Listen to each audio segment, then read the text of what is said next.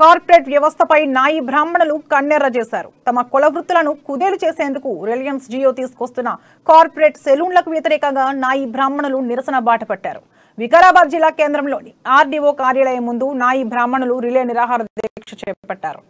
వారి దీక్షకు CPM CITU నాయకులు మద్దతు తెలిపారు. టెలికాం రంగం మొదలుకొని దేశవ్యాప్తంగా అనేక రంగాలను నిర్వీర్యం చేస్తూ వస్తున్న జియో సంస్థ ఇప్పుడు నాయి బ్రాహ్మణ వృత్తిని నిర్వీర్యం చేసేందుకు కుట్రలు చేస్తుందన్నారు.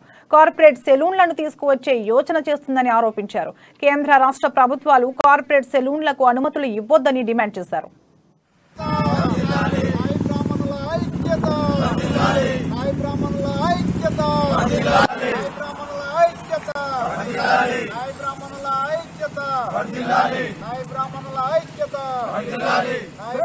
నాయ బ్రాహ్మణ కమిటీగా ఈరోజు దీక్ష చేయడానికి కారణం ఏంటంటే కార్పొరేట్ సెలూన్లకు వ్యతిరేకంగా రిలయన్స్ కార్పొరేట్ సెలూన్లు రాకూడదు, మా నాయ బ్రాహ్మణ వృత్తిలోకి రాకూడదు ఆ ఉద్దేశంతో మేము దీక్ష చేయడం జరుగుతున్నది. ఈ రోజు నాయ బ్రాహ్మణ సంఘం ఆధ్వర్యంలో రిలే నిరాహార దీక్ష చేస్తున్నటువంటి మిత్రులందరూ కూడా నమస్కారం.